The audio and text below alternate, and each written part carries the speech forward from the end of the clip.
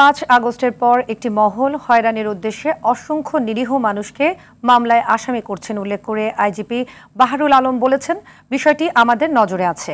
নিরীহ কাউকে মামলা দিয়ে হয়রানি করা যাবে না। বিকেলে ফরেন সার্ভিস একাডেমিতে পুলিশ সপ্তাহ উদযাপন উপলক্ষে আয়োজিত সংবাদ সম্মেলনে তিনি এসব কথা বলেন।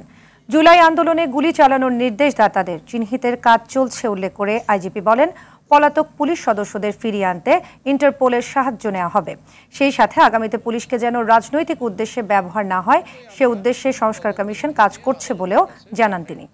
এই অপরাধটা হয়েছে এখন যেটা 5 আগস্টের পরে দেখা গেছে, অনেকে ওই অসৎ উদ্দেশ্যে মানুষের কাছ থেকে অর্থ আদায়ের জন্য, হ্যারাস করার জন্য, ভয় দেখানোর জন্য অপরাধটা হয়তো করেছেন 5 জন কি 10 জন, ওখানে আরও 300 লোকের নাম দিয়ে মামলা দায়ের হচ্ছে। স্বরাষ্ট্র মন্ত্রণালয় বলেছেন, আমি নিজে বলেছি এবং পুলিশের সকল পর্যায়ের কর্মকর্তারা এই নির্দেশ পেয়েছেন যে নিরীহ লোককে যেন গ্রেপ্তার করা না হয়, নিরীহ লোককে যেন হয়রানি করা না হয়।